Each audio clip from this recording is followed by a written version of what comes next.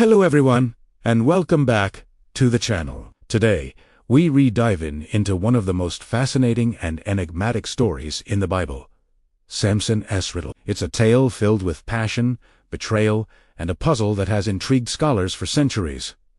But this isn't just a clever word game. Hidden within this riddle is a profound message about Samson's life, his mission, and his complex relationship with God and his enemies. So, grab your Bibles or just your curiosity as we unveil the deeper meaning behind this ancient mystery. Let's set the scene. We find the story in the book of Judges, chapter 14.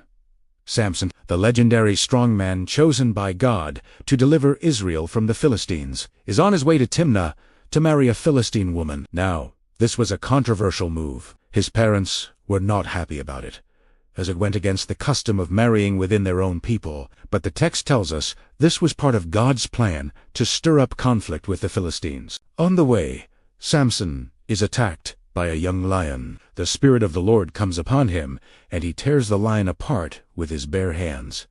It's an incredible display of his divine strength. He tells no one about it and continues on his journey. Some time later, on his way back to the woman's home for the wedding, he passes by the same spot. He turns aside to look at the lioness carcass and finds something astonishing. A swarm of bees and honey have taken up residence inside the dead lion. Samson scoops out the honey with his hands, eats some, and even gives some to his parents, still keeping the source a secret. Now, we arrive at the wedding feast, a 7-day celebration. It's here that Samson decides to propose a riddle to his 30 Philistine companions. He says, "If you can solve this riddle during the 7 days of the feast, I will give you 30 linen garments and 30 changes of clothing. But if you can't, you will give me the same." The Philistines agree, and Samson presents his puzzle. Out of the eater came something to eat, and out of the strong came something sweet. The Philistines are completely stumped. For 3 days, they can't figure it out. The riddle is brilliant because it's based on an experience only Samson had. It's impossible to solve with logic alone. It requires inside information. Frustrated and facing a heavy price, the Philistines resort to threats. They go to Samson's new wife and tell her, "Coax your husband into explaining the riddle for us, or we will burn you and your father's household to death." Terrified, she begins to relentlessly pressure Samson. She cries, she accuses him of not loving her, and wears him down day after day. The pressure is immense. Finally, on the 7th day of the feast, exhausted and heartbroken by her constant weeping, Samson gives in. He tells her the answer. And what does she do? She immediately runs and tells her countrymen. Just before sunset on the final day, the Philistine men come to Samson with a smug look on their faces. They declare, "What is sweeter than honey, and what is stronger than a lion?" They've solved it.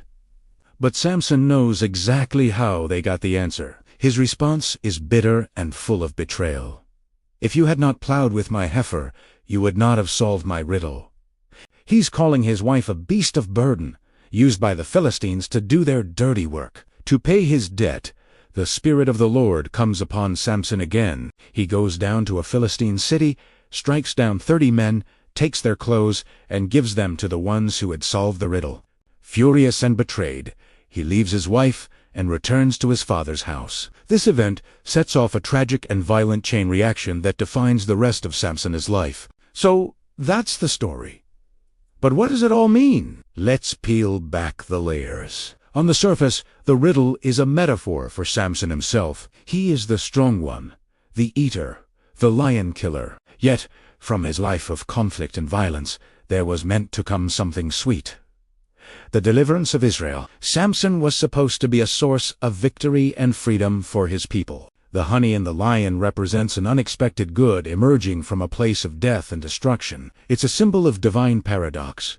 God bringing life out of death, sweetness out of strength. But there's a deeper, more personal layer to this. The riddle is a reflection of Samson's internal conflict. He is a man torn between two worlds. He's an Israelite, a Nazarite, dedicated to God from birth. Yet he's constantly drawn to the Philistines, particularly their women. This marriage was an attempt to find something sweet in the heart of the strong enemy. He hoped to find personal happiness, maybe even a bridge between the two cultures. Within the very nation he was meant to fight. The lion's carcass represents the Philistine world, a source of danger and death for an Israelite. The honey inside is the sweetness, the love and companionship that Samson hoped to find there. But his experience proves this to be a fatal mistake. The sweetness he sought turned sour. The very person he shared his secret with, his wife, became the instrument of his humiliation and betrayal. The honey was a trap. This reveals Samson's core weakness, and it isn't a physical one. His weakness is his heart. He is repeatedly betrayed by the women he trusts, and he struggles with his own desires, which often lead him away from his divine calling. His riddle, which he thought was a clever display of his superiority, actually exposed his own vulnerability. He thought he was in control, but he was being controlled by his passions and by the schemes of his enemies. Let's look at the riddle from another angle. It's a test of loyalty. By posing the riddle, Samson was, in a way, testing his new wife and his Philistine companions. Would they deal with him honorably? Would his wife stand by him? The answer was a resounding no. They chose deception and betrayal over integrity. Samson's cynical line, "If you had not plowed with my heifer," shows his profound disappointment. He learned a harsh lesson. You cannot expect sweetness and loyalty from a source that is inherently strong and hostile to you and your purpose.